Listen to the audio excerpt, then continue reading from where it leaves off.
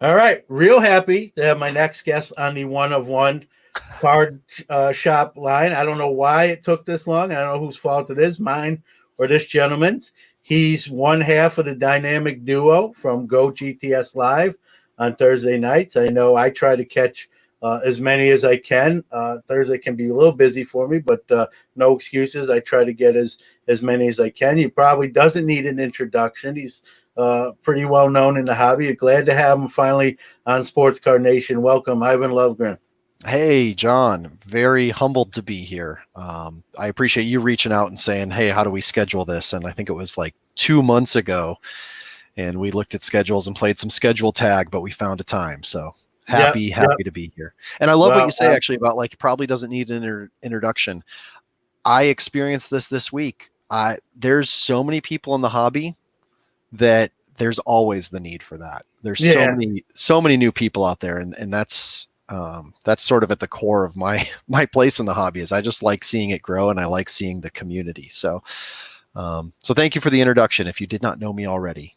Yeah, well, I do for sure, and I got to meet you obviously at the last national that we got to attend in Chicago 2 years ago now, which was a lot of fun. Believe it or not, my first one ever. For being in the hobby 30-something years, it's I'm almost embarrassed to admit that.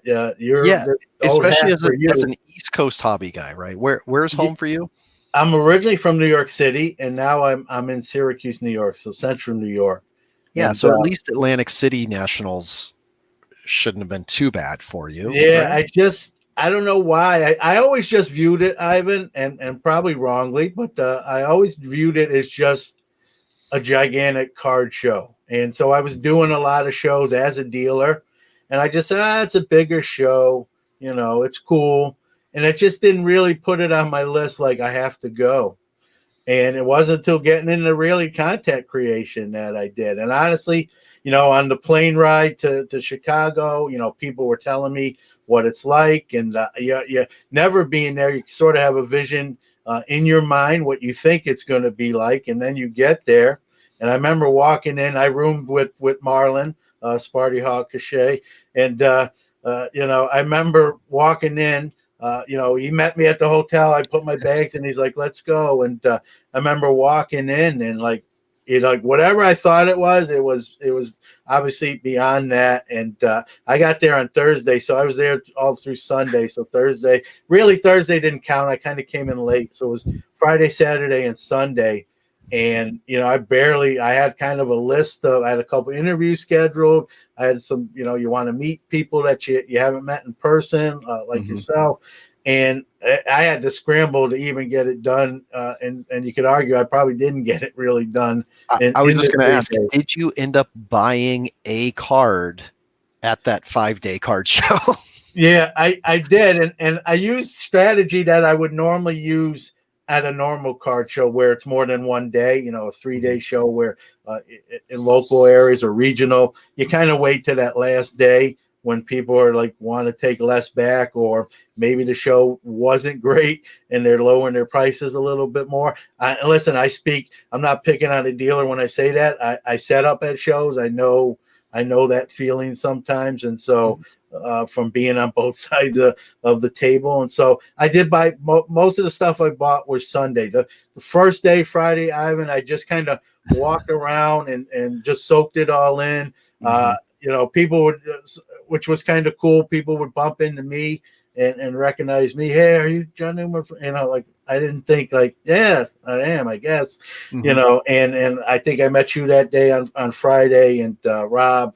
And so Friday was just sort of kind of, you know, walk around, meet people, talk to people, you know, a little bit. Saturday, I had 2 interviews scheduled on site, which I did. And then Sunday was like, I didn't really have anything planned. It was just look at tables, buy some stuff, and then get ready to, you know, head back home. And again, you know, whatever I thought it was going to be, it was beyond that. And like I said, I've been in the hobby a long time. So I know some of our first messages, you know, you were unveiling card shop owner knowledge from like the early 90s, late 80s. You know, you've been prospecting football players like, Yeah. scouting football players for, about as long as I've been alive. I'm You started old. when you were 11, right? Let's cut to the chase. I'm old. What?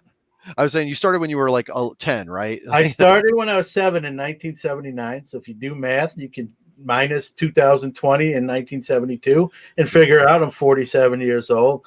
I started at 7. I did my first show as a legitimate sales tax collector at age 15, and I opened my first store at age 20. And so, yeah, I guess you would say I've been around the block.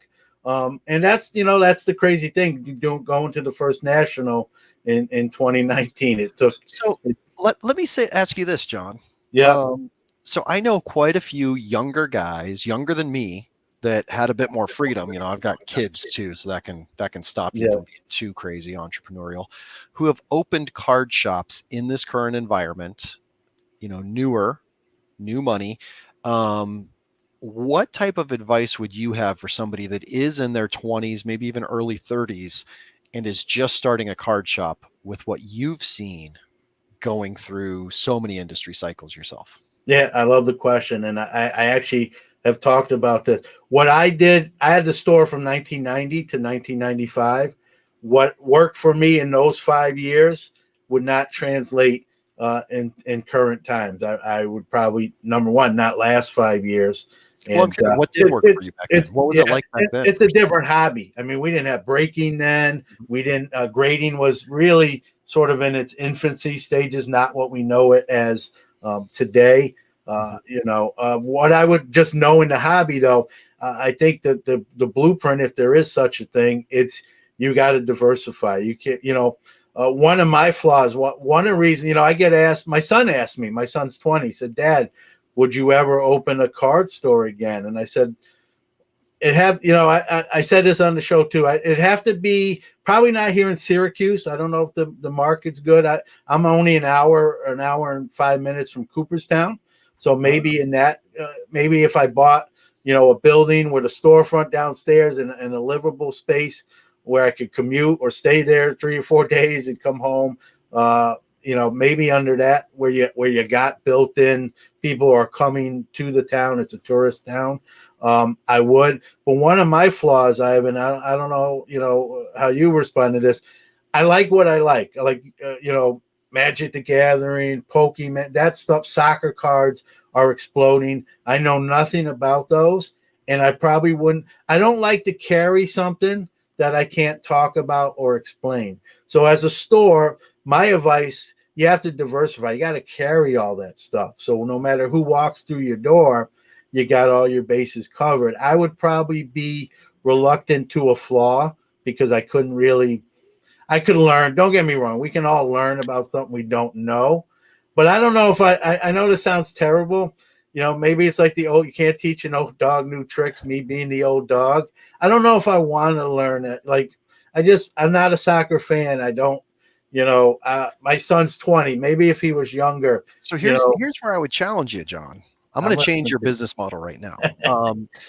I feel like it's actually a little bit of an old business model saying, well, I would go to Cooperstown and focus in there.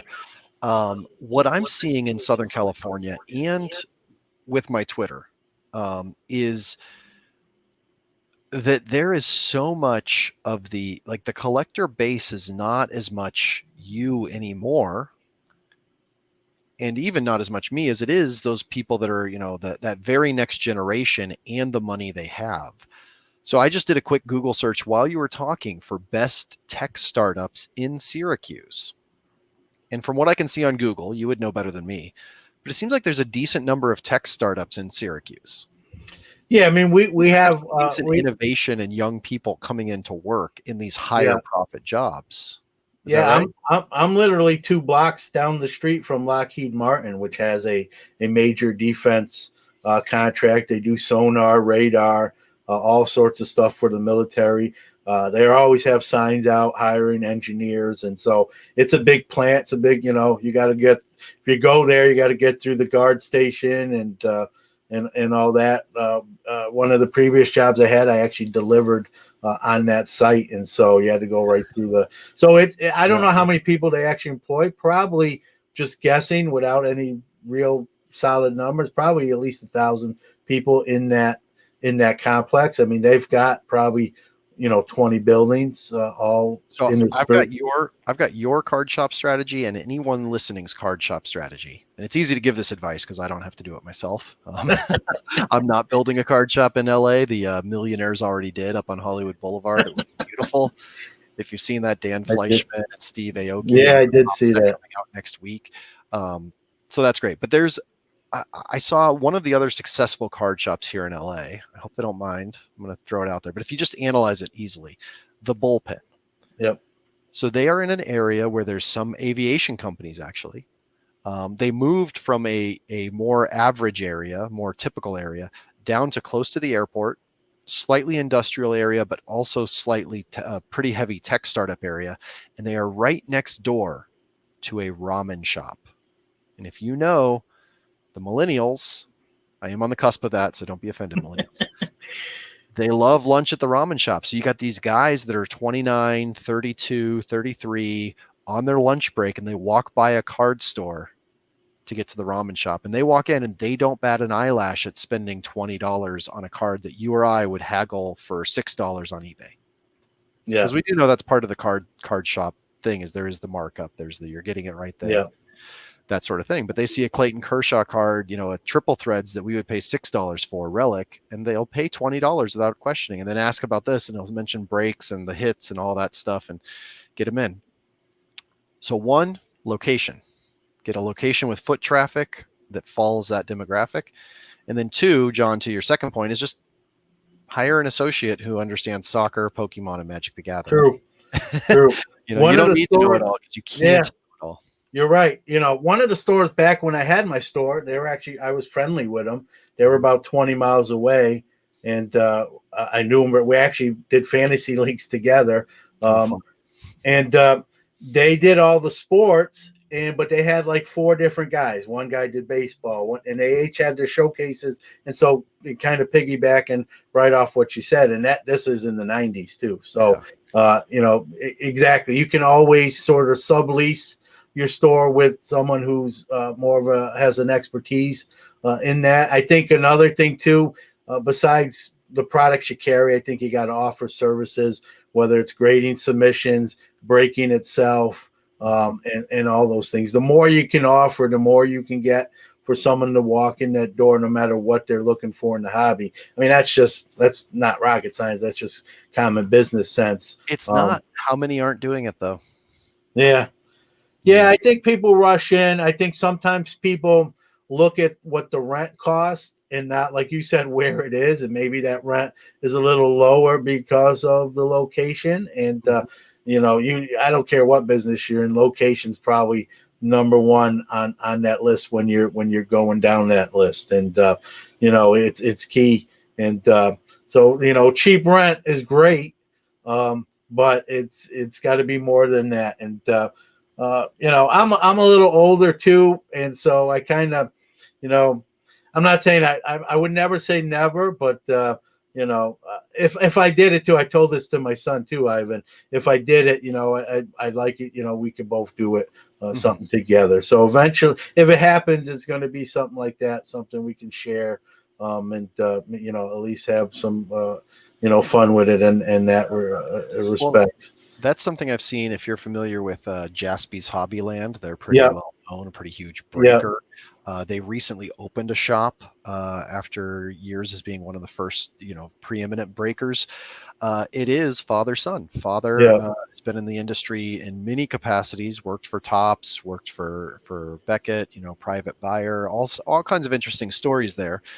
And the son was a collector. And so they said, hey, let's do this business together. And so it's really cool seeing Nick as the son. And it really is like you walk into the shop and it's his shop. It's kind of cool. But they definitely work their butts off to build that. So I don't know. Is this what you wanted to talk about? Listen, that's what happens when you don't. This is the beauty of Sports Card Nation is the conversations just go where they go and whatnot. So it's just me and you catching up, Yeah, that's what it really is. And I always get emails or DMs saying, people love that. But when I do interviews, they almost feel like they're eavesdropping at a bar top or a restaurant table obviously where they can't necessarily talk, but they feel, and they said they love that aspect. And so that's how I've just always done it. I'm not a professionally trained, journalist, so to speak. I did, do some high school sports in high school, as far as with the paper and playing it, but that's about as close to a journalist as I'll get, other than learning on the fly here. Something happened I want to talk about, and definitely thought of you when I saw a tweet before we came on today, and I spoke to you a little bit before we hit record. I saw, it's whether it's the gorilla in the room or but there's a lot of negativity in the hobby. I choose kind of to avoid it and drive around it as much as I can. I've even cut down my Twitter time, that I just like read stuff because of it. I hate to say it, but I did catch this tweet just before I came on with you, and it was, I won't mention names just to protect whoever. I mean, I don't care, but basically the tweet was saying, podcasts and shows that give away a lot of giveaways and prizes, they're only doing it to get followers and listens.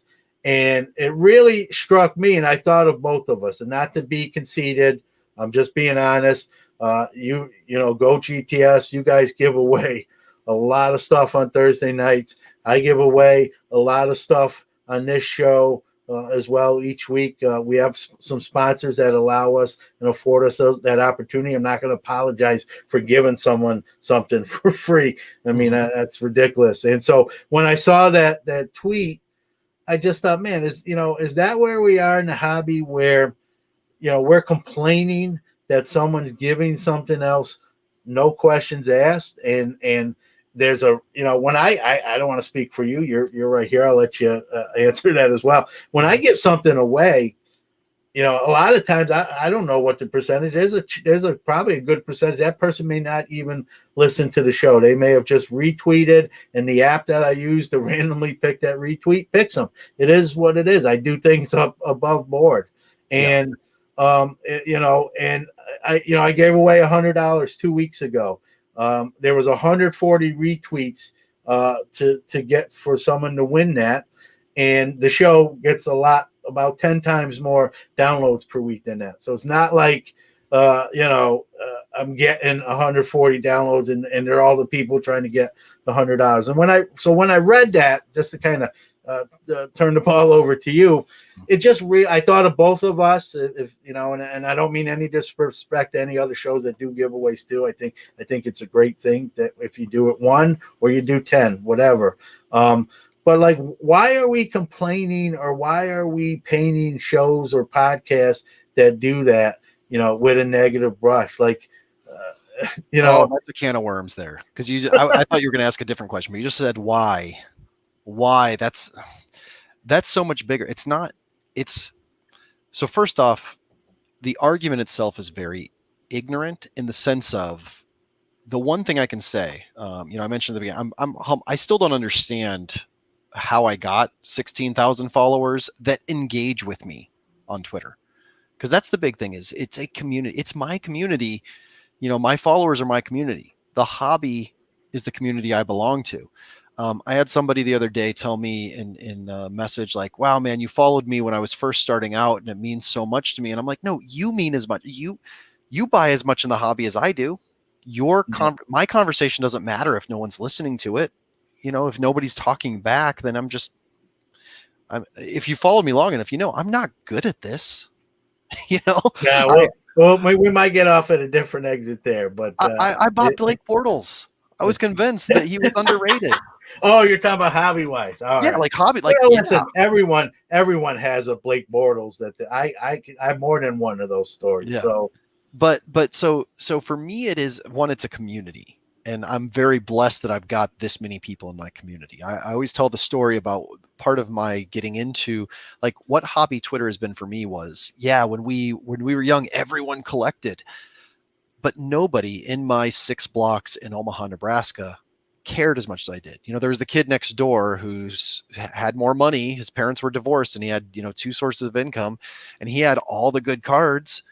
in a shoebox. I was like, how could the kid that has all that have them in a shoebox when I'm buying Donruss packs because I can't afford Upper Deck in 1990, Right. 89. I didn't open a pack of 89 Upper Deck, I think, until like 3 years ago. Really?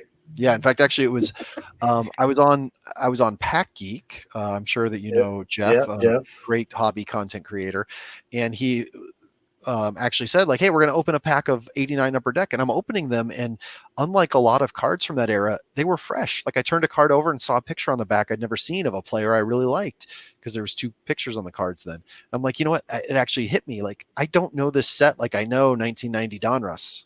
Like this is fresh for me. Yeah. Long story long, because I didn't have a lot of money growing up. We had to work really hard for what we did have. The hobby was a luxury and was fun. That said, yes, everybody collected. Nobody cared like I did. I had binders, I had top loaders. I read Beckett, front to back, over and over and over multiple times. Nobody else in my neighborhood of everybody collected like that. Fast forward all these years, I get on Twitter in the hobby collecting community and I start meeting people that care more than I do. And they weren't around Omaha, Nebraska, North Omaha, the Benson area where I grew up. They weren't around then. So I love that the hobby community allows me to meet people smarter than me, more passionate than me, with more education than me, with better perspective than me. That's what Twitter is to me. That's what the community is. Am I very blessed that, especially in the sports card boom, I've been able to make money through it? Yeah, that's a good blessing. But basically, I hate all forms of gatekeeping in the sense of things that people think are bad. All this new money coming in is bad. New buyers, flippers are bad. And for me, even actually where I still am in life, it's a luxury to be able to buy cards and Yeah. not have to think about selling other cards. That's a Yeah. luxury. Especially now, I mean, look, think about the late '80s and '90s. What packs cost? I mean, even '89 Upper Deck, which was a luxury back then, was $3 a pack, $5 a pack, $6 a pack. Now, I'm preaching to the choir here. You got products here that are like flawless, 8 cards, $1,500, right? Yeah. Before you even open the pack, Not you even have that, though. $200 on each of these cards. Like, let's even take it micro. Mosaic blasters right now are $50 on the few sites that actually still carry them. Yeah. Like a blaster of a mid-end product. So yes, I am sorry, person that loves 1991 Fleer, and that's not actually designed as a subtweet. I know there's an account out there that like loves 1991 Fleer. It's just that the reason you have that account is because it is 1991 Fleer. But there's so many people out there that are play in the lower end of the hobby, because they're true collectors and they like that. It's almost like a badge of honor. And it's like, no, I'm sorry, but with 2 children, paying for the rent I pay in Los Angeles, making ends meet, yeah, I gotta make some money so I can go buy my PC cards. I Yeah. have to, Yeah. so it's like, to complain about people that sell and then say that they're not collectors. It's like, get over yourself. That's how I can engage in the hobby, Yeah. So basically I hate all forms of that. So kind of a deviation from where we were, but what you touched on, I wish I was Steve Aoki and I could just plop down, and buy 100 Lucas or however many he showed on his Instagram some months ago. I know Josh Donaldson just did the same thing. Great. And I love that. I love that those guys are doing it too. It makes it really fun. But yeah, let's stop judging people for how they collect and let's stop judging how they get into the hobby in the first place. Because this is the thing that I've seen. If my insight counts for anything, what I have seen with my following, with my engagement, with the fact that I spend more time on Twitter than I should as a full-time father and a full-time worker with a real life job, I have seen that regardless of how people get in the hobby, it's the hobby. So many people that were buying Project 2020 cards from me because they thought they would be a flip as things were still doing this are still there, still engaging, still buying their favorite quarterback, their favorite rookie, buying Allen and Genter cards of the player, buying a box of Allen and Genter or Goodwin Champions to explore an eclectic product. They didn't just disappear when Project 2020 stopped making money. it did ignite love. You cannot hold a card in your hand. Shouldn't make absolute statements. People can. That would have been such a good soundbite for you, but I just read. I'm sorry. But most people, if they get a card in their hand and they enjoy sports in the least, they'll enjoy the collecting side too. Yeah. And then they do the buying and the flipping because if I can make money, I can justify this with my spouse. If I make money, then I can buy even more. Like very few people are just seeing dollar signs in this because it's really hard to just see dollar signs in it. That's part of why it is growing, I think, the way it is because it's fun. Yeah. You want to see what I've picked up? And here's the thing about the gatekeepers. I almost cursed. It gets me so riled up. So they talk all day long about like what you're posting, content, this, that. Well, all you care about is this. And then I post a PC pickup that blows my day that I absolutely freaking love. 1994 Skybox Blue Chips Neon Bordeaux Foil PSA 9, which is a Pop 2 and the highest of this card. There is no PSA 10. I post this, they go quiet. They don't retweet that. They don't say, "Oh wow, that's fun. That's cool. That brings back my child." No, they don't. So when you say why is somebody negative about that, which is an issue we still haven't quite exactly addressed, why are they negative? Why are people negative? The negative people are just negative. Like if your true collector really cares about collecting, when I post my Diego Rossi base MLS Bowman card, retweet that. Or don't retweet it. I don't need the signal boost, but engage, reply, say, "Oh, wow, that's cool. I'm glad you collect out of passion, Ivan." Yeah. I don't need you to retweet the Patrick Mahomes $7.5 million article or eBay link. I don't need that. That's fine. Yeah. I won't be offended that you won't do that. But don't say true collector and then not engage with other true collectors. Like, do we want to grow this hobby or not? Yeah, I just did a show where I talked about this. You touched on something that I brought up. As people get mad when you sell something, it's almost like you can't sell something. You're a bad person. You're selling your cards. You're making money. Like that's the American way. Like that's not just the card industry. That's people sell sneakers. Beanie Babies. You go to people selling. Yeah. Storage. I got one. I haven't got it yet, but I ordered one of these things. Yeah, so I ordered 7 of them. Very public, and I also believe that transparency is huge to the hobby. Yeah, it is tough. Manipulation is very possible. I actually think a hot take that I have is that Gary V does less manipulation than the hobby insiders have for years. Yeah. No, I agree with you. People want to point to a scapegoat. They want to point to Gary V does that. He's posting De'Aaron Fox and that. And it's like, no, you don't understand. If you go into the hobby staples, that's where manipulation has happened for decades. And it continues to happen. Well, they want to put a face. They want one person to be the villain. The people that don't know better want one person to be the villain while turning a blind eye to what actually goes on behind the scenes. So I love the internet because it gives us so much more transparency. All that said, I bought 7, was transparent about it. And for those listening, it's the Phoenix Fanatics factory set. Fireburst exclusive to Fanatics factory set. And while I try to avoid giving advice, I also try to avoid I try to give people a little bit of a hint.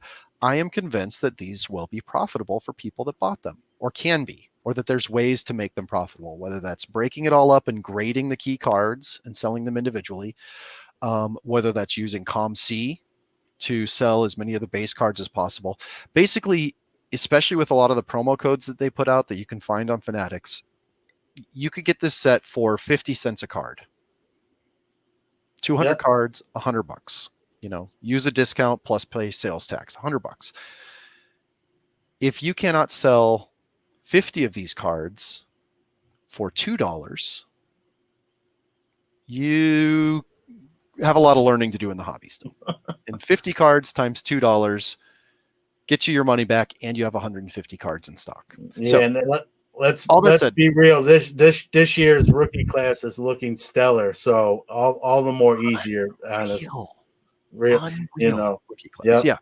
So with that, so little transparency there. I had all that, but you talk about people and things. So So I had this idea. One person said, hey, could I buy all my team from that for $10?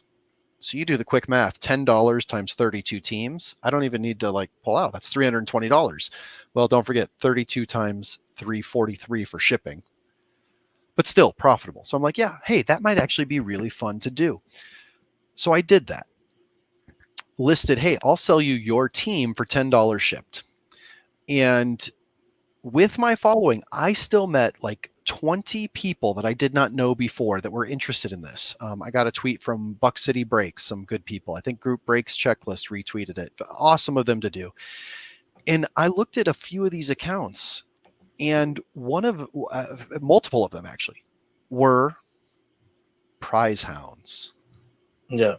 The kind of account that if the hobby purists or the Twitter purists who have this control and dictate who gets to be what and what people's opinions and lives are would say, well, no, they're not. They just want free stuff. And I sold 3 or 4 team lots to collectors that were prize hounds that paid via PayPal, everything protected, bubble mailer with tracking. They're engaged in the hobby. Maybe they don't present the same way you or I do. Maybe they don't want to have big, long conversations in public, but one of them bought the team that was in the region that I shipped to. Like they're a collector. They still like stuff, Yeah, So and how here's they the got thing, in, whether they got in because they saw a tweet from somebody and they didn't realize sports cards were still a thing and a giveaway treat went twinning and they got in, they're in. They're growing the hobby. They're part of it, and they will come out of their shell. And I've got literally hundreds of stories like that with the fact that I have done so many giveaways over my time. Yeah. But there's real people behind a lot of accounts. Are there scumbags out there, and are there freebie hounds out there? Yes, but far be it for me to judge or know until I've had time to get to know somebody. Yep.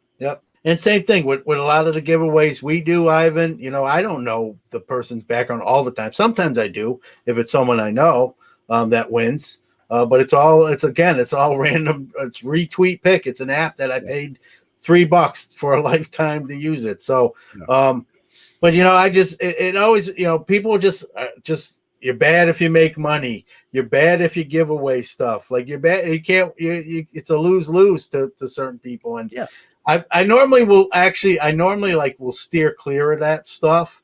This one just really, I caught it. It was just freaky how I just ran into it, and I responded to it. It's out there. Someone can find it. And like I said, when I read it, I thought of these two shows, and I thought it was funny that I was going to be talking to you today. I'm like, I definitely want to get Ivan's 2 cents on this, because it was really.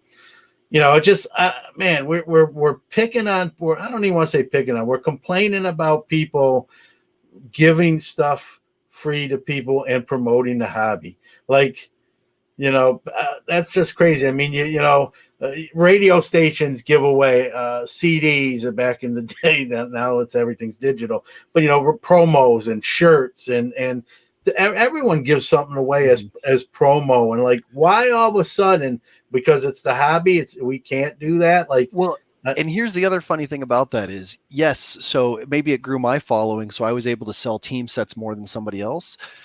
In the middle of the day yesterday, somebody tagged me in something, and I kid you not, so I had 2 team sets when I started this, and I sold enough to be probably about $140 profitable after the cost of those 2 team sets. Kid you not, somebody tagged me 1:30 yesterday in something, and I said, you know what, I do want that. Seller made a great price. I spent $110 on a lot of 40 cards yesterday. So like, these profits that people are making go back into building collections, go back into the hobby. It's asinine to me. Like, find something better to complain about. Yeah. Again, my biggest complaint right now is the lack of transparency that continues to go on.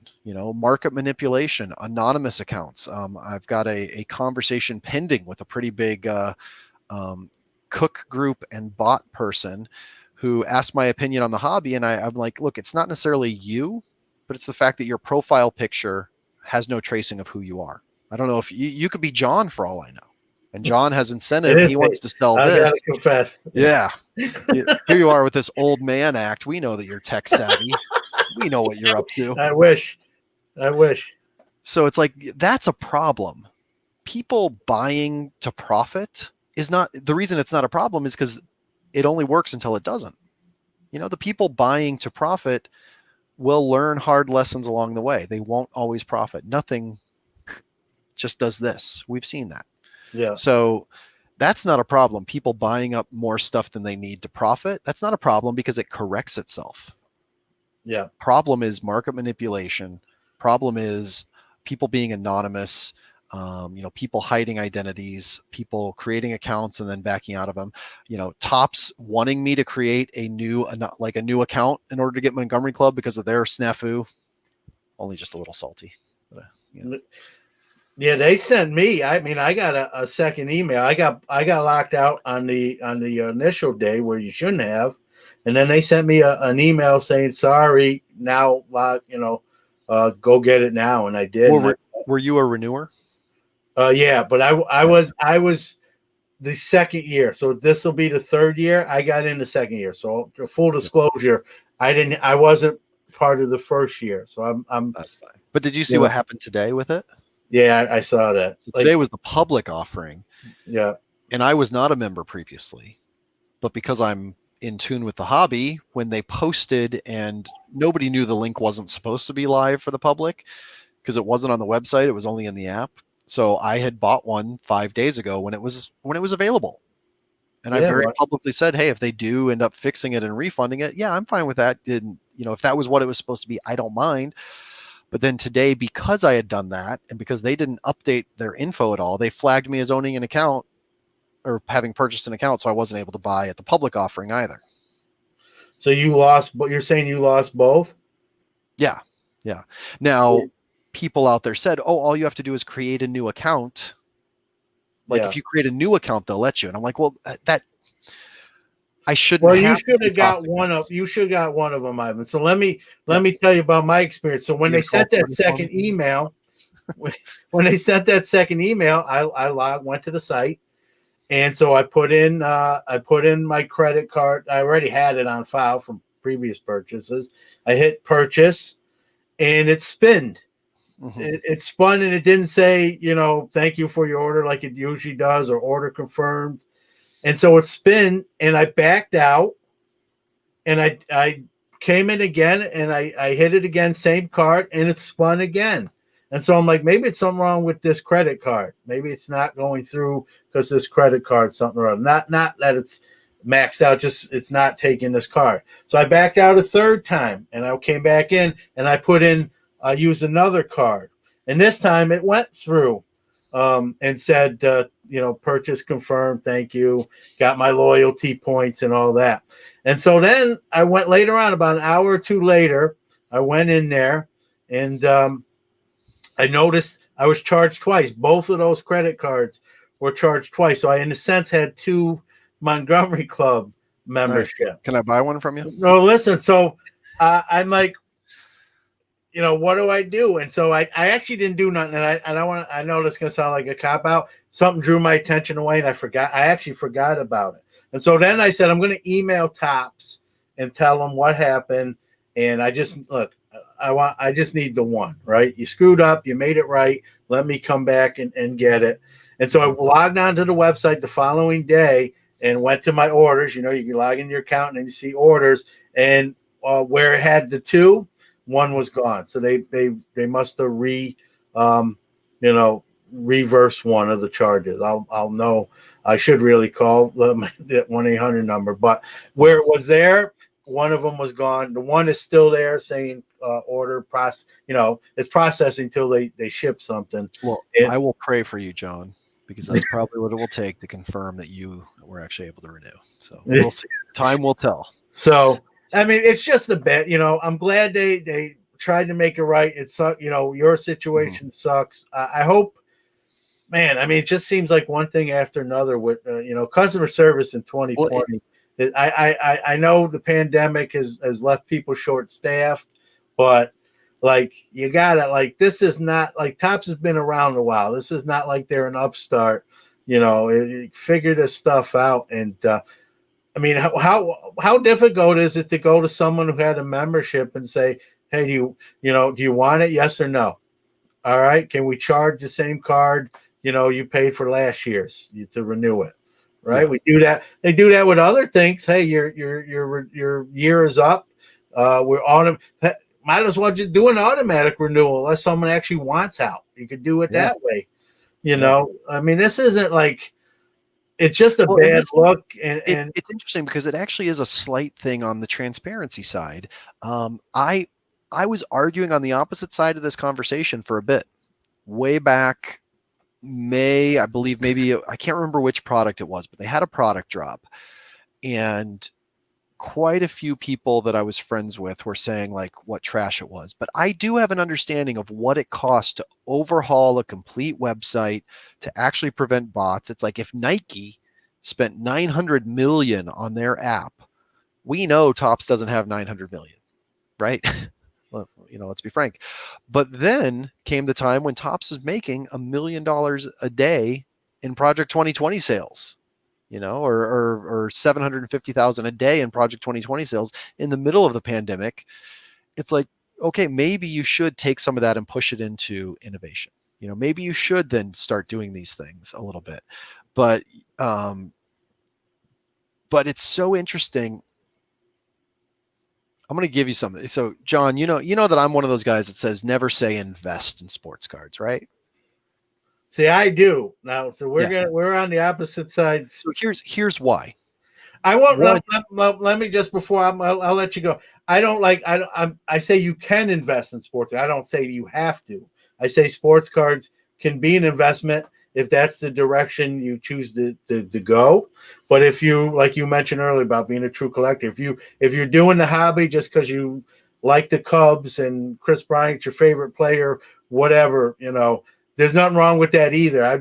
My argument is when someone says the hobby's not an investment, my argument is you see what these cards are going for in these auction houses. You can't say, and I'm not even talking about the $3 or $4 million cards. Here's the problem with the definition of investment, if that's what it is. You cannot define something as an investment after the fact. You can't say, well, look, they're returning well, so they're an investment. No, they had to be an investment before the fact, and they have to be an investment when they are not returning well as well. They're also an investment when they lose.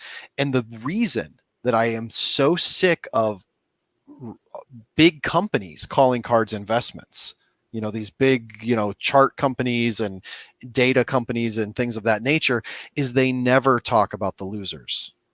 Yeah. So remember, my day job is in investments.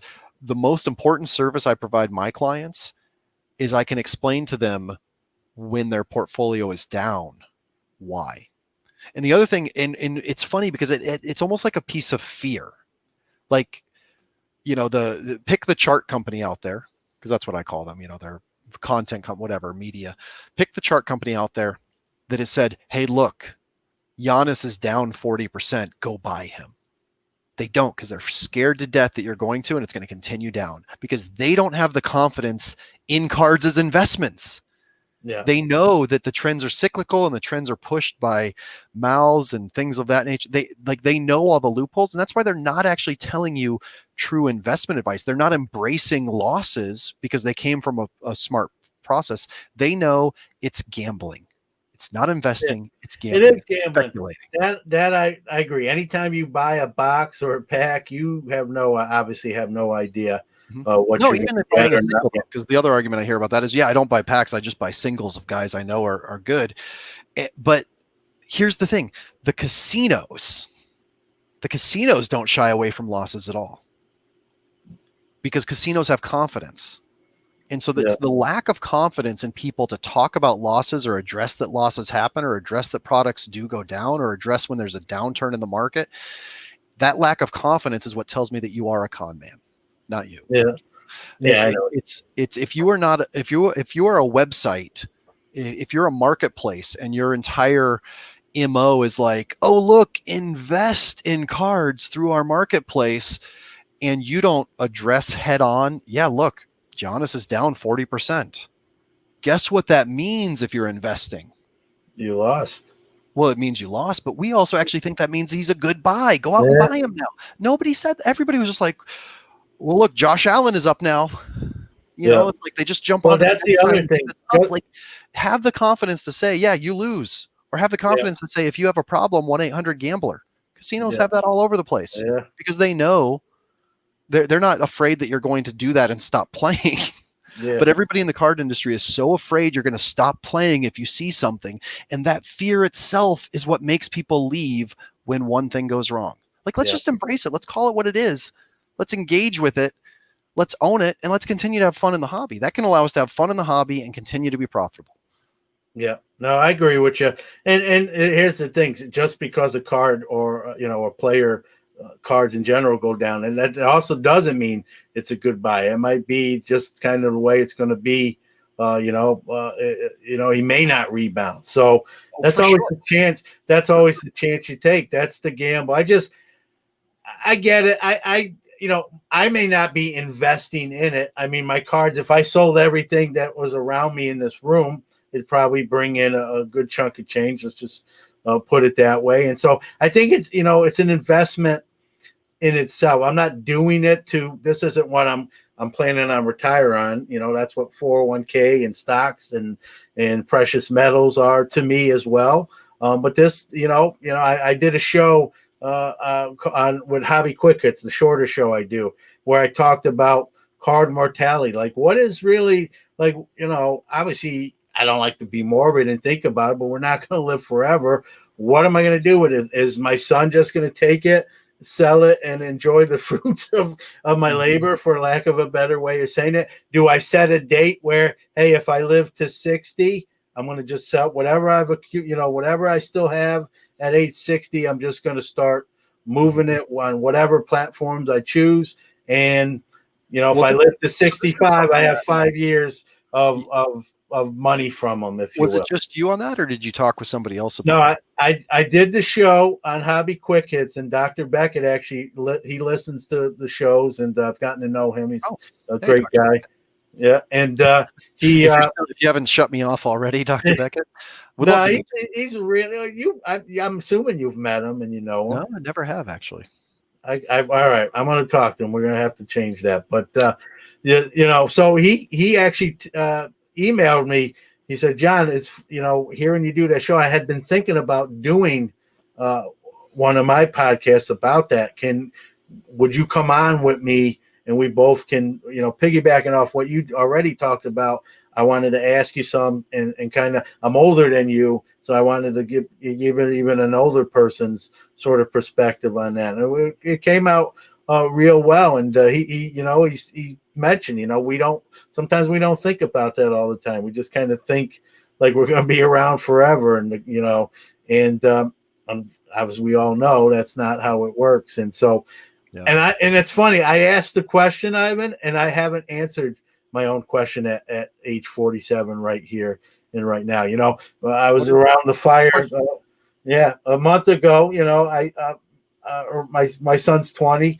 We're around the fire pit one summer night earlier this year, and me and my son were smoking a cigar, and I kind of broached it with my son Jordan. I'm like, Jordan, I have a lot of stuff. He's into cars, not in the same vein as I am. He doesn't know everything like I do. I'm like, what do you think? Like, what do you want them? I'm not going to be, some day's going to come. I'm not going to be here no more. And I think it really kind of creeped him out that I was talking about finality. He didn't really want to. He's like, come on, man, let's just talk about, the Mets or something else. And I could see he was cringing a little bit.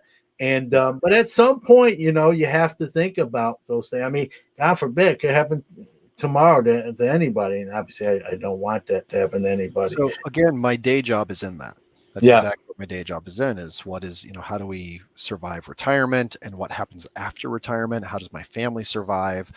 All of that. And one thing I tell clients is, look, we talk about this for 20 minutes a year, so that you can live the other 364 days, 23 hours, and 40 minutes without having to think about it. So I do encourage everybody listening, if it's 10 or 15 minutes, just sit down and think, what would I do? What do I want? Put it on paper. That way you don't have to worry about it. But it's very interesting. I'm also a big mindset guy. And what our subconsciouses nag us with if we don't address it. We don't feel like it's nagging us, but it does eat away at us. It's stress. It causes our life to be shorter. Figure out some things, write them down, and you'll actually live a better life and possibly live a longer life. Studies Yeah. have shown the people that plan things like this actually live longer. So Google those studies. I don't have the exact source to cite right now. Well, I eat too many chicken wings, so that'll counterbalance. But hey, the less I've known plenty of people that eat chicken wings and smoke cigars that live to be 90, you know. Look at George Byrne, right? You know. Yeah. Have you had Ryan Cracknell on the show? No, he's on my list, and I know I spoke to him. I'm going to eventually. We'll have I don't want to steal a content piece from him, but he actually has shared something with me that, you know, a lot of true collectors also, or you know, some collectors just don't buy into grading. And he's a bit of a purist too. Like, he's not super crazy on that, but we've had some talks, and he said, you know, one reason why I value graded cards is because it can help my wife and my kids after I'm gone, you know, because it does create a standardization, does create a, you know, a way for them to understand outside the hobby what to do with that. So I've always really liked that. That's something that Ryan shared with me that, it's a great point. It's true. It is true. Like I said on that mortality show I did, Ivan, like, God forbid, like, something happens to me and I'm not here anymore. My wife does not know anything about cards. You could give her a Ken Griffey Jr. or a Jose Kendo, and they're almost the same thing to her. Luckily, my son is not knows a lot more, and so if that was the case, worst case scenario, he would sort of know what to do. My wife would not know anything, and so it's true. It is something you need to talk about, plan, even if it's just putting thoughts down and on paper, or having that. I'm going to broach that subject again with Jordan and say, listen, I know you don't like to talk about it. I don't want to talk about it for 2 hours. We don't have to long draw it out necessarily. Let's just discuss, what we would do, or what do you want this stuff? If not, then, we know if something happens to me, you can sell it. Or if I lived, maybe I said, be a little inwardly selfish and say, listen, at 62, I'm going to move this stuff, and I'll help you out, and we'll go on a vacation or whatever. If you're married and have kids, and depending, we'll all enjoy maybe some of the profits from it, but at least have some sort of direction, like you said, to, rather than just pretend we're all going to live, to infinity, and I'll be collecting 2090 Topps cards. I mean, here's the thing with it. I've actually helped a widow with her late husband's collection, so I've seen it firsthand. And it's not entirely pretty. It's especially not pretty when you've got the price tags from 1999 on the cards, and she's seeing what, because you bought them from an LCS, and she's seeing the $80 you paid for a Ken Caminiti, SPX holograph that is now worth $6 if you can find a buyer. It's not pretty. That said, if you can create a system, at least have something in place. My wife knows who to reach out to, thanks to this community again, thanks to hobby Twitter. My wife knows, hey, God forbid something happens to Ivan, aside from all of our other plans for the cards, call this person, pay for them to fly to LA, because it's the cost of one Fanatic set, right, for a plane ticket. And they'll be able to help you out, and you can trust them. So it's not actually that hard. Just it can be that easy. Just tell your wife, hey, if something happens, my friend John at Sports Card Nation, he'll come out and help you. It's funny. It's my son really who doesn't want to think about dad not being around no more. But listen, I don't like to think about it either. But it doesn't mean that you're gonna rewrite history. So it's something that one day we'll hopefully soon. Obviously, we'll just kind of really kind of clear that air and just get some sort of vision of what we want to do. And end game wise, we're hoping it's obviously later than a sooner thing, but you just don't know, and so you gotta. But hope is not a strategy. Yeah, no, I got that much. Something one of the best financial planners I ever met taught me. Hope is not a strategy. But it's really funny if you take 5 minutes, and I'm saying this for the listeners as much as for you, like whether it's, hey honey, if something happens to me, call up John Newman.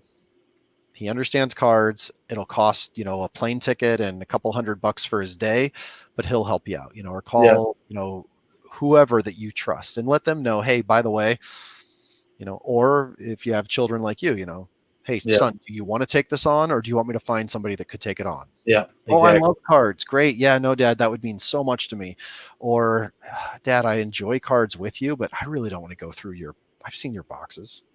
Yeah.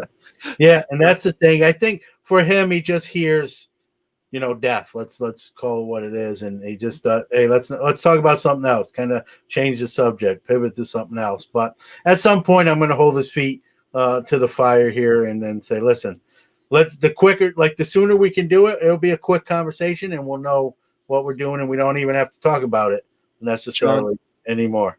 I cannot wait until I see this published and see the title Giveaways and Death. That'll put them in their place, won't it? Maybe we're talking about giveaways and death. Is that going to fulfill you negative people out there enough? Yeah, it's funny. And there's and it is going back to that negative stuff, it is what it is. I just choose really what I even responding today is something I usually don't do. I just kind of drive around the hole in the middle of the road and then get back in the lane and continue driving. And so it just really struck a nerve. And, I responded to that. But, you brought up grading. There are some people who don't like it. When I had my store many moons ago, I thought grading was a fad in the 90s. And here I am in 2020. And it's a huge part of what I do, submitting and selling graded cards. And it's a big, I don't have to tell you this, it's a huge part of the hobby now, whatever percentage you want to talk about it. I just had Matt Greeny on, who's from myslabs.com. It's a site that just lists graded cards. And I asked him, I said, Matt, how much of graded do you think is the part of the hobby? Like what percentage would you put it? And I had a number in my own mind if I would ask my own self the question. And I was shocked at his response. I believe he said 80%. And I had 60% in my mind. And I kind of said 80%. He goes, yeah, John, I could be wrong, but that's what is someone who does a lot of it. And I think, it's went up to that number. It wasn't always 80%, but here where we are in 2020 and the way the hobby is, that's where we are. And I was thinking 60, he said 80. So I guess I'll get the if you want to call it the tie breaking or the third opinion. I guess a couple questions for you, Ivan. What do you think? And where, we all know the ills of grading, the long wait times, the cost increases for submitting, maybe future automation in grading. Just your thoughts on maybe what the percentage is and what's on the horizon too in that part of the industry. Well, so I've always liked the idea. Well, I can't necessarily say always, just because I don't remember exactly when I was 15 and first heard about PSA or whatnot. But the reason I like grading is, again, I have a lot of issues with the institutions in the hobby previously. So many people hate breakers. Old hobby people hate breakers. I'm like, when I was a kid in Omaha, Nebraska, 3 of the 4 hobby shop owners were absolute sleazebag scumbags. Like, don't talk to me about grader or breakers. Like, don't say, oh, the LCS days were so pure. No, a lot of LCS were used car salesmen. Probably still are today. I don't get out to enough of them. But, let's be honest. They're not saints. They're business people. Most LCS owners aren't collectors because they know. Most collectors that are LCS owners don't succeed at it. Again, that's coming from like when I was a kid and things of that nature, but there is a line that has to be drawn there. So grading, I say that because when I would go to these 3 other LCS when I was a kid, oh, it's Gem Mint. It's Gem Mint. It's like the people on eBay that put PSA 10 ? Like, everybody says their card is Gem Mint. And everybody that I talk to that's been out of the hobby, they all owned a Gem Mint Ken Griffey Jr. rookie, a Gem Mint Jose Canseco rookie. I hate to say it, but we do need a standard to go to. I recognize that standard is malleable. I recognize that, Phil Hughes submitted a PSA 6 and claimed he got a PSA 10 back on a Mike Trout card. I'm hoping that he does more on that so we can actually see the steps in it. But, like I know people that submit 9s and get 10s here, submit 10s and get 9s there. I know it's fuzzy, but we need it. We do still need it. Now, the more advanced it can get, the more transparent it can get, the more, the better. That particular thread reminded me of a thing, and I've always wondered, like with crossovers, how long will it be until the grading registries between the 3 major companies show 110 of a card that's numbered to 99? Or have we seen that already? And it's just so, it's a purple numbered to 10 and we just nobody's done the data on that card to cross. Like, are there cards out there that have been graded more than the amount of serial numbered parallel? That'd be a really fun exercise for someone to do, and I would love to see the data on it. But it is necessary that there's a standard. Yeah. The more standardized we can make that standard, the better. But just at the end of the day, it's a Jim Mint, and everybody saying that about their card doesn't work when my wife has to go sell my cards. Yeah. Or when I'm going out to a blind third party out there that really just wants the best example of, a LeBron rookie or a Mike Trout rookie. Their needs, standardization is good. It takes away that whole, the shyster side of it. Yeah. Nope, you're right. And that's why I've kind of done a 180, which leads me to my next question. And after this conversation I had with Matt Greeny from MySlabs, I was sort of against automation in grading. I kind of like that human aspect. I compared it to, if you're a baseball fan, they want Quest Tech to replace the home plate umpire on balls and strike calls. And I'm kind of like, I don't really like that. I'm sort of old school.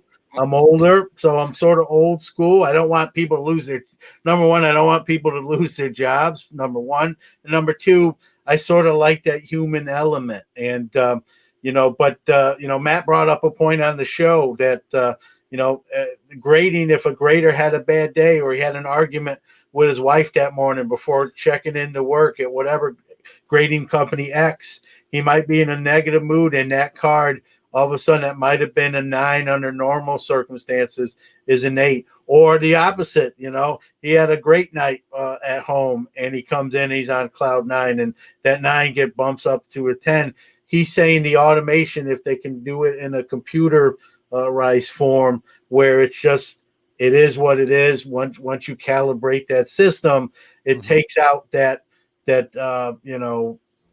emotion out of it. And after hearing him explain it like that, I've sort of I've been told to it. I've been told by an LCS owner that's been doing group subs for 19 years, big ones, that he has had conversations where the grader said, yeah, it just felt like a 10.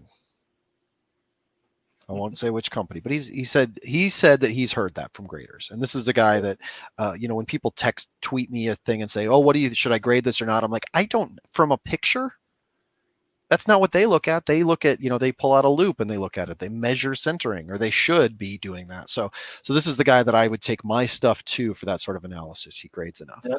And he has said, yeah, sometimes the difference between a 9 and a 10 is the feeling. That should not be the case. Yep. Now, I don't know. I tend to give a lot of businesses the benefit of the doubt when it comes to, I've learned enough in life to know that telephones don't just work. There is a reason that sometimes the cell phone network in 2020 doesn't work. Like, there's so much that goes on that we don't understand about logistics in that field or this field or that field. The TOPS website, I do get that there's a ton of work that would need to go into changing it. We're spoiled and we think websites just work, and they don't. They're constructed. So similar understanding towards grading. I recognize that I don't know what a millimeter, micrometer, spectrometer, visectometer, what that costs, what it's worth, what the value. So I don't know the logistics of making it work 100% digital, but I have to believe they exist. And if it means that I'm paying twice as much for grading and getting absolute precision, I'm on board with that. If it means I'm paying 4 times as much for grading and getting absolutely, I don't know where the market balance is on that, but I am 100% an advocate of it. And Yeah. getting to your other point, I've never seen somebody on MLB The Show complain about the strike zone. True. We don't need human umps. That's just silly. Yeah.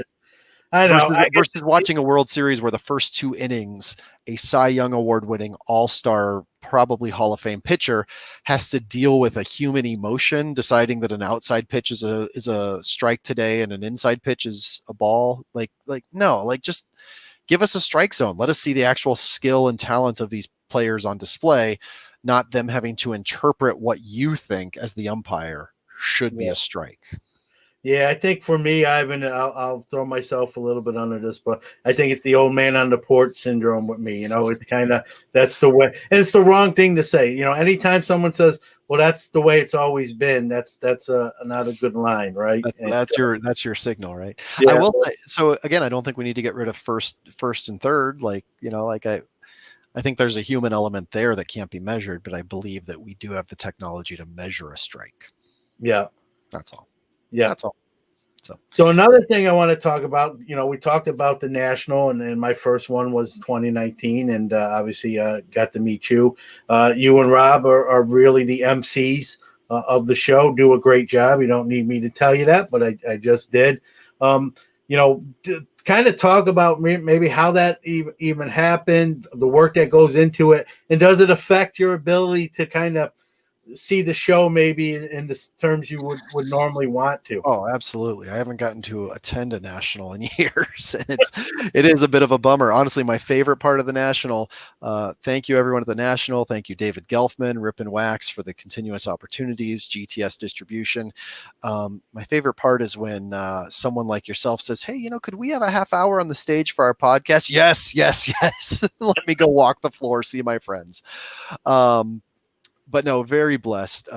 Basically, when GTS was starting their GTS distribution was starting their sort of content focused marketing to bring more product awareness to both shops and customers. They reached out to Rob Bertrand, who had been host of Cardboard Connection Radio, was really well known in the hobby, to do that. And they said, who do you think would be a good co-host? And I'm pretty sure he asked all of his old Cardboard Connection Radio guys, and they said no before he came to me. But then he said, there's this guy, Ivan, he's on Twitter. He did this funny web series. He seems to present decently, maybe we should try him. So they, very blessed to get on that job. And then I think it was just, for a few years it'd been, either somebody from Beckett or, Rob, I think Rob and one of the Beckett guys had co-hosted the year before. But basically just said, "Hey, we would love to do this. What do you think?" And David Gelfman said, "Yes." We gave us 1 year and said, "You guys killed it." We just showed up and had fun, talked to people like this, so it's just been recurring. Basically nobody's come along yet that has pushed us off. COVID pushed us off. Yeah. So really a blessing. But I do have a background. My degree is in theater performance. So this part of it is pretty natural to me. So I really do enjoy that every year, because even with where my career and my life has taken me, it gives me a chance to do something fun where I get to connect with people. And some of the highlights include getting to interview Gary Vaynerchuk last year, getting to interview Steve Grad a few years back, getting to interview James Holzhauer, a Jeopardy champion, getting to do games and events. Upper Deck has started a annual event, a collation contest, where it's we speed collate with kids sets, and they give away great prizes, and it's super fun. So yeah, it's the event side of the national, and it's really, really fun. So how much, in a normal national, how much time do you get really kind of to walk the floor and kind of be off duty, if you will? Last year, I think I had maybe all told 3 hours across multiple days. In fact, I still remember one booth that I went to and then was like, "Oh, I'm going to come back and get that card." And then I was never able to make it back to get that hard because it was such a good deal. I saw it, but then I'm like, yeah, but I kind of want to shop around. Oh no, just so I'm one of those guys where it's like, yeah, I got get stuck with the Friday prices if we have a break of an hour, got to pay the Friday prices, not the Sunday prices. But it is fun whenever I do get out there to do that. So the other challenge is when I do get those few precious hours, it's like, oh, I got to go see this person. I got to go talk to this dealer. I got to see this booth. I definitely want to say hi to Upper Deck. I got to go. Last year, Kelsey Schroyer actually brought me a Nico Horner from the Topps redemption set because he was like, I know you aren't going to be able to get away, and I hit one of these in my pack. You can have it. I'm like, yes, that's awesome. So, but those are the perks too, is that, your friends look out for you. It's a hobby. It's a community, Yeah. How many have you done? Like, how many have you been to? I think my first one was 2014, and I have not missed a year except for obviously this year. I can't remember how many though I was attending and how many I was hosting. It's a blur now. Yeah. So, which again is part of why I'm shocked. Like, you're like, wait, your first one was last year. You emceed one, right? You attended one, but your first one wasn't on front and center on this. No. I had attended for a few years before I emceed. So, in fact, I think my first GTS interview was that one. Yeah. All right. Yeah. I earned that job. I interviewed. I don't know if you watched the show Schitt's Creek. No, I know about it, but I can't say I watch it. But it looks like something where somebody's about to get a job just because they know somebody and the person likes them, but they're like, no, I have to interview for it, and then the interview is really silly. Yeah. No, it's true. I'm not gonna lie. I've been on one of those interviews. For full disclosure, I don't lie. So I had one of those interviews as well, but I was qualified nonetheless. It wasn't like I was handed something. I was, but I probably would have got it under normal circumstances too. Everyone wants to talk about. This has probably been the biggest hobby year in arguably maybe ever, and definitely in a long time. Concurrent with a worldwide pandemic, it's kind of crazy. Does it to me for someone who's been in it a long time? I really didn't. I didn't see this happening. I think anyone that says they did is probably not being truthful. I mean, where do you think?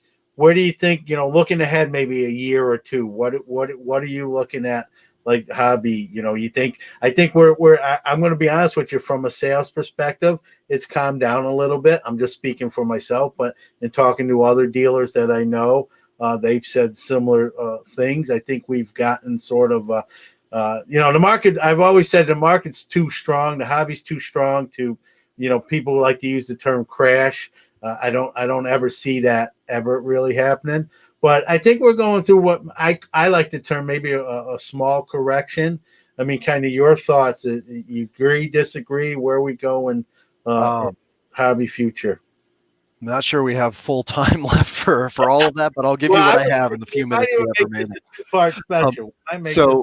So it's really interesting you say that, because one, I think you told me earlier, this isn't going to air as a podcast for like 10 days, right?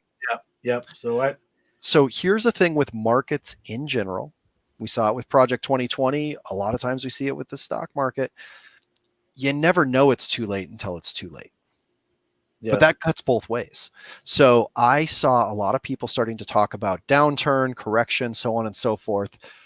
But right now, November 11th, I have seen a higher volume in activity. Remember, I have an interesting thing because I post a lot on Twitter, so I get to see engagement. I measure Twitter engagement. I measure clicks, how many people are clicking the links, how many people are actually buying from them, what are the earning per click, and I will tell you, I have seen a trend up the last 2 weeks.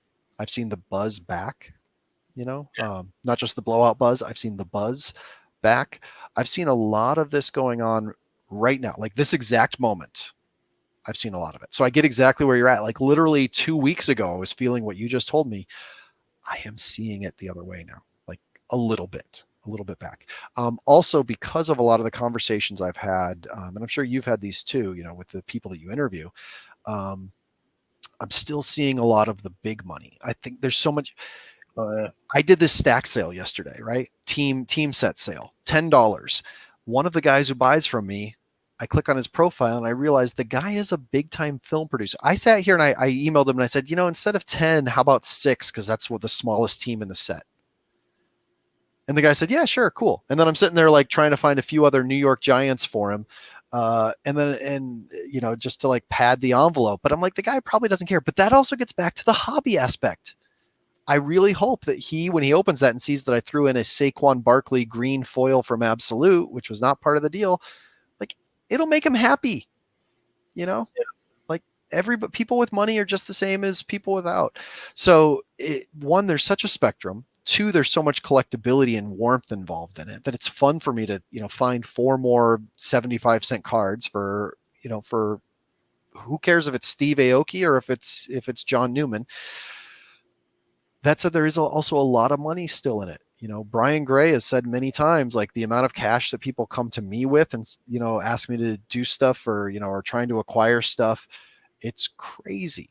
There's hedge funds looking at it. There's tweets out about like alternative assets and what, sports cards are on there now. I saw a hedge fund tweet from India or a foreign hedge fund tweet the other day that had sports cards in their list of 4, wine, art, crypto, sports cards.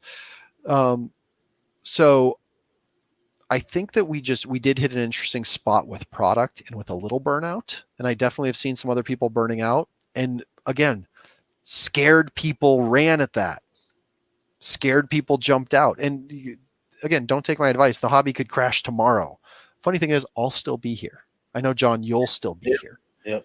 So don't take our investment advice, but at least take us as part of the community, because the hobby could absolutely crash tomorrow and I'm still going to be here having fun because this is my community. Yeah. But people don't believe it. The people telling you it's an investment don't believe it. So the minute this happens, they're like, oh, I got to get rid of all my cards. Like, oh, I got to move on. It's crashing, The sky is falling. Yeah. And it's like, it's absolutely fine because there's a crap ton of people spending a crap ton of big money in the hobby still. And they're smart. Smart people aren't just buying up garbage. It's kind of interesting. Personal opinion. I'll probably get fired for saying this. I think Mosaic was a little bit of garbage product, and I honestly think Phoenix is a better looking product. And it feels like there's less Phoenix. I know there's a lot of these Phoenix Fireburst sets produced, but it feels like there's less overall Phoenix on the market than Mosaic. So everybody's like, well, Mosaic isn't holding its value. Well, yeah, because look at what they did. They overprinted a bunch of it, and even though it's embossed, it's not quite as appealing to a football collector who generally they do like good looking cards more than some of the other sports. They're not just in it for the flip. Football collectors love their team. So I don't know. These are my opinions. They may not be valid. No, and I agree with you. Phoenix to me is a sharper looking product. I think, everyone likes, Mosaic's kind of like Prism's, little younger brother. It started off as that, right? Remember, it was like a parallel set of Prism that they produced. And then they were like, oh, I always looked at it as like Prism's the senior in high school. All the chicks dig him. He's the quarterback. And the Mosaic is his brother. He's a sophomore. He's not really there, but he's close enough where we'll like him too, because his older brother is the cool, good-looking quarterback. Maybe a weird analogy, but you can probably I'm good at weird analogies, but I sort of look like we hit the same spot with baseball. Unfortunately, like Luis Robert had a crappy last 6 weeks of the season, and he was sort of driving a lot of it, and Joe Adell didn't create the splash we expected when he came up numbers wise.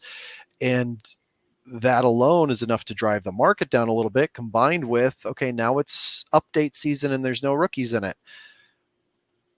The place to make the money is to look at the people that are getting forgotten from 2018 Bowman.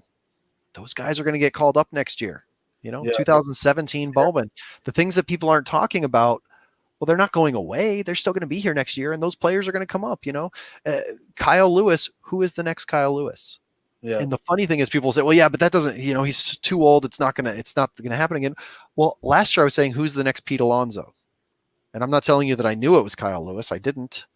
but he would have been the guy. Kyle Lewis, what, 23 years old, 24 years old during the season. Like, yeah, no, he's done. He's too late. But if you had bought him at the beginning of the season or before the season or during the off season, you would have done really good. And now people are saying, oh, well, yeah, but he's just Aristides Aquino 2.0.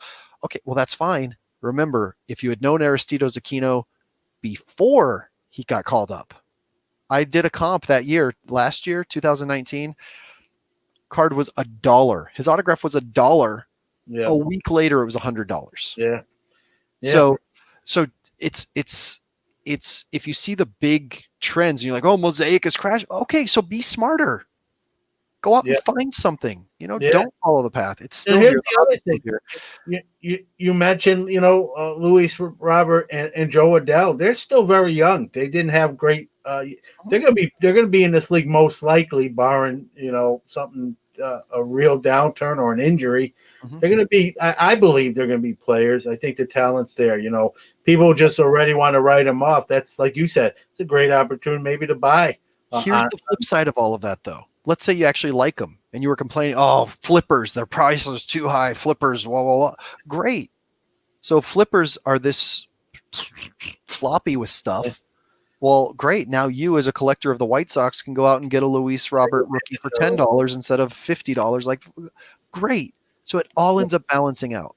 Yeah, no, that's been my mantra for someone who's been in the hobby a long time. There's a yin to every yang, and Kyle Lewis had a great one rookie of the year, but we don't know long term. Pete Alonso, I'm a Mets guy. Pete Alonso didn't have a great. It's a short sample size, 60 games. Did not have a great second year, and so I always get scared with those guys that are big like that kind of strike out a lot. That the average comes down. Yeah, they'll hit 30 home runs, bat 230, but those guys, as you know, Ivan, those guys long term aren't desirable, and so you make that initial splash, but you look down that tunnel and you try to forecast that stuff. It's all speculation, obviously, but yeah, until you get the 24-year-old guy that ends up having a 15-year, and it will happen sometime. Yeah, that guy will have a 15-year Hall of Fame career, and that's what people are paying for today. Is the fact that if it does happen, if this is the one that it happens, then I wanted it now, not 15 years from now at that price. So that's always the risk. But keep in mind, I feel like a lot of these podcasts are aimed, a lot of content is really aimed at the collector who doesn't make $300,000 a year, maybe has some kids, but there are those people out there. So the main thing is, don't get pissed when you see that an autograph price is $200. I wouldn't pay $200 for a Randy Arozarena. I'm going to butcher that. Yeah, you got it. I'm not going to pay $200 for his Topps Chrome rookie. Please don't if you can't afford to lose that. However, I don't blame people that do have surplus money that are doing that. Like, okay, great. So let them do that. If the prices crash, they can afford that. If the prices don't crash, great. They got one opportunity ahead of me. Meanwhile, I'm out picking up and adding them to my collection. Yeah, everyone get that? Yeah. It was No. I do actually try to be pretty transparent about what I'm picking up too on the appreciation side. Yeah. That's a tricky thing. It's like, well, yeah, but I also want to make some money. I don't want to give away all my secrets. I'll do that too on my socials. I'll say, hey, look, I'm buying this guy. I'll kind of do it just because I'm trying, hey, sell me some of them if you want. So I did. I publicly, well, actually, I don't think I published. Somebody tweeted me in it and I retweeted it and then went out and bought it. But I bought 40 Kobe White rookies yesterday, so yeah. So there is that. I hope they go up. I've got a whole bunch of other cards of him that I hope go up. He may not. I also bought a Cara Dune Star Wars living card, and so we all collect how we collect. So all right. So what? You gotta have fun. That's the thing. I don't want anyone to leave the hobby. That's not my platform, or that's not my soapbox. But if we talked about some of these negative people and these unhappy people, if that's where you are in the hobby, and I'm not trying to force you out, and I can anyway, but like if it's angst, if it's giving you angina and heartburn, maybe you got to look and say, what am I doing? Like if I don't see myself ever getting to that point, but if it was to happen, I'd have to look inwardly and say, what are we doing here? Like, this is more, negative, just making me upset and angry, and I don't see the positive side of things much anymore. Like it's time to hang up the cards, as they say. Someone asked me, how do I know like when not to do podcasting anymore? And I played sports. I still play competitive softball. I'll know like in anything when you don't enjoy, like there's work that this from what you do with GoGTS. There's work and pre-production that goes into these shows. But I always call it a labor of love. When that labor of love isn't a labor of love anymore, and it becomes sort of like, oh, I got to do episode 172. Oh man, I'd rather have today off, or I'd rather not do. You heard it here first, folks. We got 69 more episodes. If you get to that, if I ever get to that point, I'll know. It's one of those internal things, like, when it's getting a little, I feel it playing ball still at 47, but I still love it. I don't play as much at 47 as I did at 32. But when when I get told, the game's rained out and I'm not disappointed anymore, then I'll sort of know, like, probably time to let the younger guys have the day to themselves and not play anymore. And, when you don't enjoy the process, if you will. And so that's how I know, and that's the thing. That's the other question, if you have time, I wanted to ask you, when you put on these podcasts, people hear the hour and a half, maybe even 2 hours of content, and they think that's it. They don't realize a lot of the work that goes in research. I'm not even talking about recording. I'm just or editing, but just knowing what you need to know to ask, questions of whoever a guest may be. If you're a guest show, like you guys sometimes are, I am, pretty much every week, and people don't realize that work. I'm not patting myself on the back, but it's funny, even getting into it 2 years ago in November of 2018, I knew, but until you really don't do it, you don't really know everything. So again, I sold 52 team sets yesterday, and then I woke up at 9:30 at night. Inside I woke up and I realized I have to penny sleeve 600 cards. And any breaker, talk to any breaker. The breaking's the fun part. That is 20%. I'm being liberal. Yeah. It's 15%, 12% of the work. Breaking's not easy. It's not easy. Yeah. No. Thinks, I want to do it. It's not easy. That said, I do, a way that I live my life. One of the lessons I learned very early when I was 17, I had the chance to leave Omaha, Nebraska, get out of the town, get out of the high school I hated, get out of all that, go to LA, study at the school I thought wanted to be, it was everything. And I got out to LA that first time, and I found I was just as depressed as I had been in Omaha, Nebraska. It wasn't like Omaha that was the problem. It was myself and what I wanted out of life. And It didn't fix itself right away either. I moved back to Omaha, had to go through almost a year of school somewhere else before I hit on some of the personal things that allowed me to realize, wait, this is who I am. This is what I need to be fulfilled in life. This is my purpose. It doesn't matter if I'm in Omaha, Lincoln, Arizona, Scottsdale, Butte, Montana, or Beverly Hills. I can be satisfied with who I am. So I do think that, yes, if you look at something and it's like, because there also is a line, I do not want to be a shill. I don't believe that everything is roses in the hobby. Yeah. I think that things should be addressed. Companies should be held accountable. But you have to ask yourself, if your entire life is, I hold people accountable, like, are you happy? Like that just honestly hurt me to say it that way. Like even acting that way, I'm like, I don't need that level of conflict in my life. Yeah. Yeah, some people thrive on it. I think there's a faction of people. I think you'll agree that just that's their, if you want to call it a drug, that's their, their Monster Energy drink is just to criticize, whether it be a card company, a show, a person, an individual. They just like to take the pot shots and really sort of It emphasize is, how. but I just want to throw it out there. If you're listening to this now and you're like, well, why are they talking about me? But, just ask yourself if that's what you want. Because I think a lot of people don't necessarily want that, but it is psychology. I've studied a lot of psychology, on the fringes of what I do. And psychology makes it so that that is the easy way. We're programmed to go to that, but it Yeah, doesn't fulfill us. So if you're listening to this and you feel like that might be you, but then you say, I don't actually love it. I care a lot about justice. I care a lot about, right and wrong. Maybe do just a little inner work and, read some things, talk to some people. I hate the word therapy. People hate the word therapy. I also hate all this mental wellness stuff that's going around. Sorry, you gave me a soapbox. yeah, I need yeah, to wrap up and walk the dog and see the kids before my 5:30.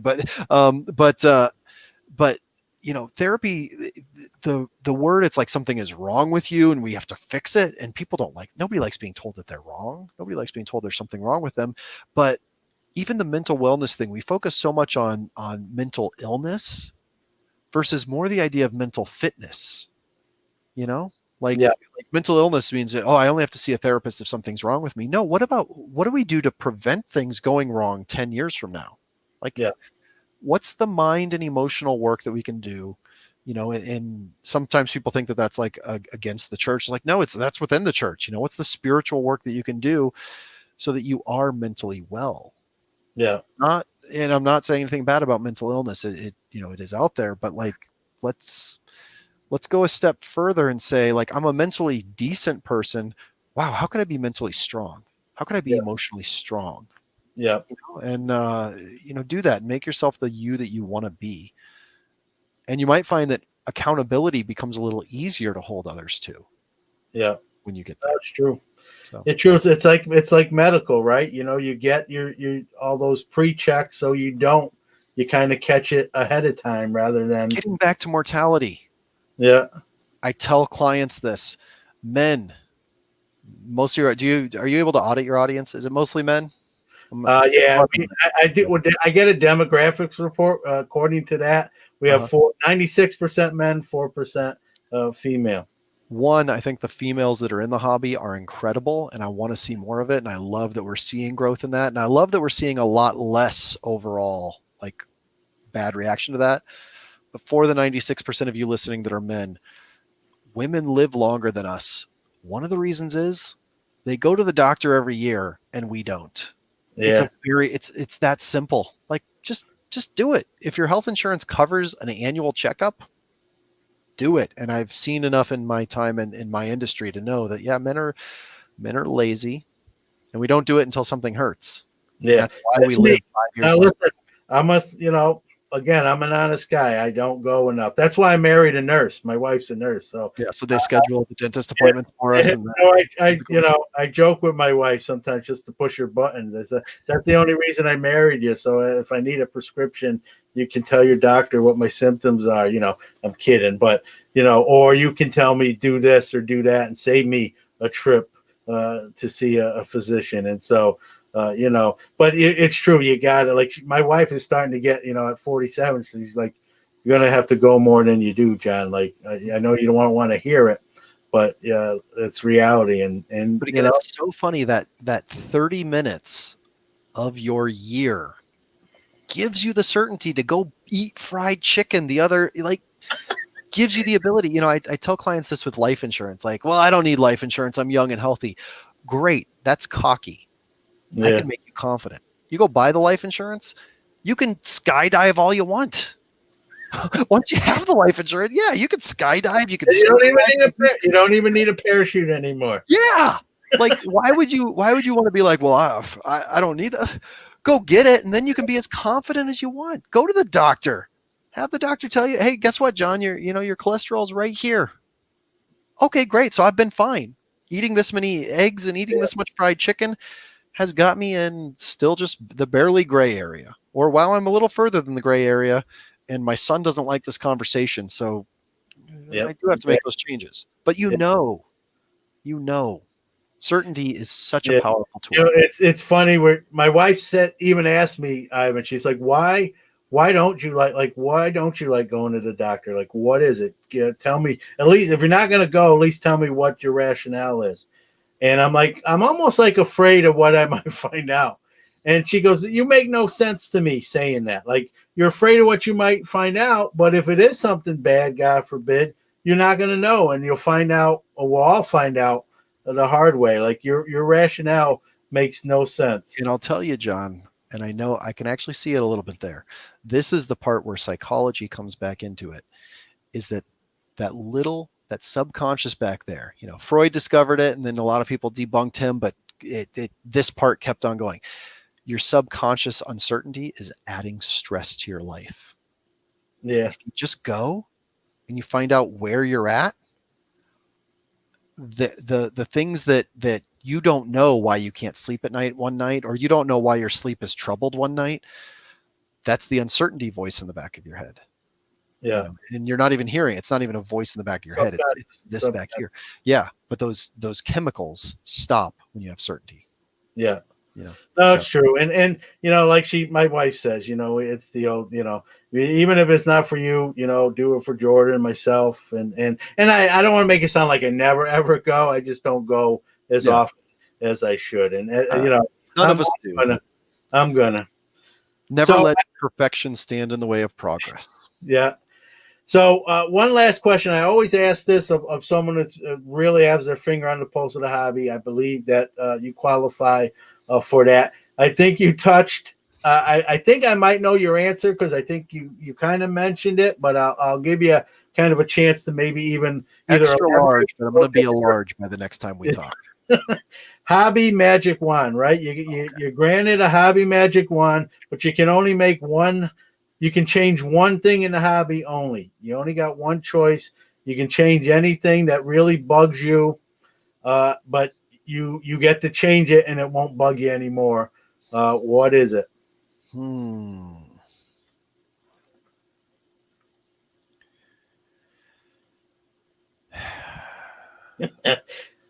Sorry, that went a direction I was not expecting. I thought you wanted me to predict the future, not change something. Honestly, well, you mentioned transparency. I don't know if you want to. Yeah, so it's on that same measure, except I don't think we'll ever always get that. I mean, you know, like no matter what, because the data is too valuable in a lot of cases. Topps won't give us print runs. Panini won't give us print runs. I wish Panini had odds on packages, and I think there actually is a law in the state of New York that requires that, but nobody's brought it up and nobody's fought it in 25 years. So yeah, we'll get to that another day. And I won't even tell you how I found that in a New York Times article from the early 90s. Yeah. Long story long. I do think like the biggest quibble for me as somebody that cares about transparency and data and truth and also just commitments, you know, I do have that justice side, is like buyer's remorse returns kill my soul as much as they kill my pocketbook. Yeah. So this is getting very intrinsic, but I think, and then also the fact that like I saw an auction from a big well-known seller on eBay, and then I looked at Terapeak and it's not there.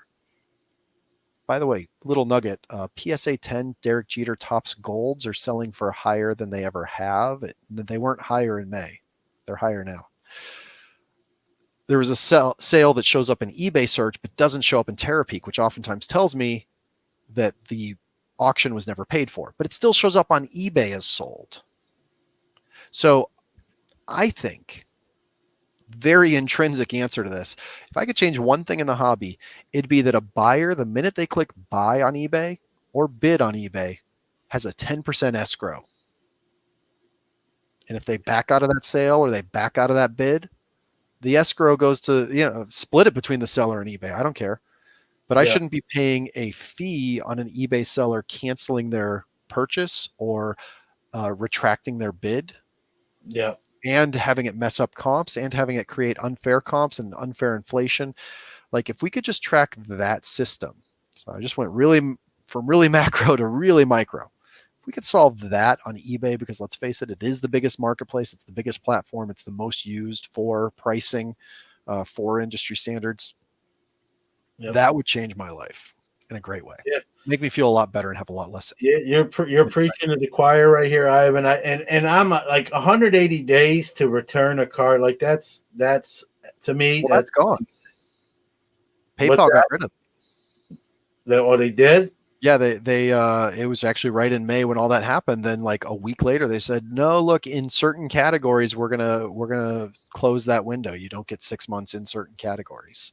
All right. So what is it now? Now I've been lucky. Maybe the reason I don't know is I've been fortunate. I haven't had a lot of chargebacks. The where I've had problems, someone saying, hey, we've all seen my son accidentally bid, or I hit buy it now in my sleep.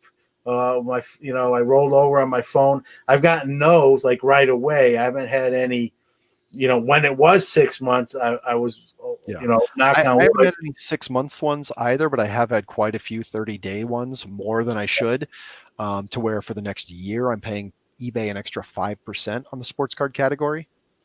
Yeah. Ridiculous to me when I documented and let them know, and in many cases built cases with other sellers that had the same thing happen on buyer remorse returns. Yeah. So the fact that those two departments don't talk to each other, either way, yeah, it sucks. So what is the policy now? It's not 6 months. What is it? Well, it's always been 30 days in eBay. Yeah.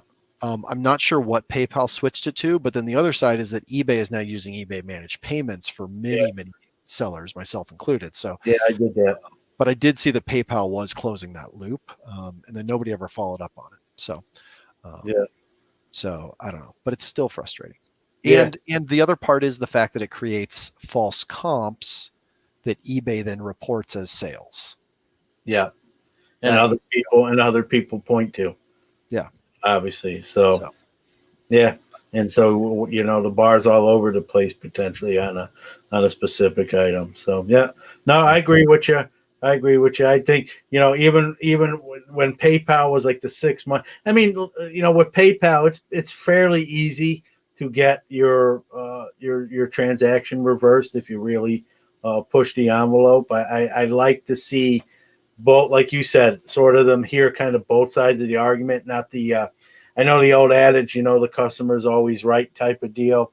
I like to see them actually look through evidence and emails and, hey, and then rule.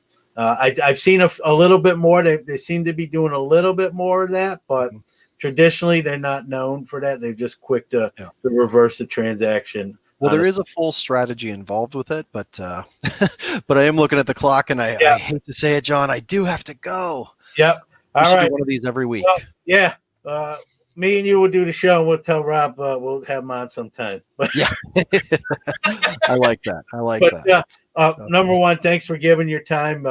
No shortage of it, and I appreciate it. You got two young boys, and it's easy for me with a 20-year-old to do this all day. But, in closing, I always give the guests where people can find you. Plug GoGTS, which is Thursday nights. I'll let you do it as well. I'll let you have the final word. Thank you.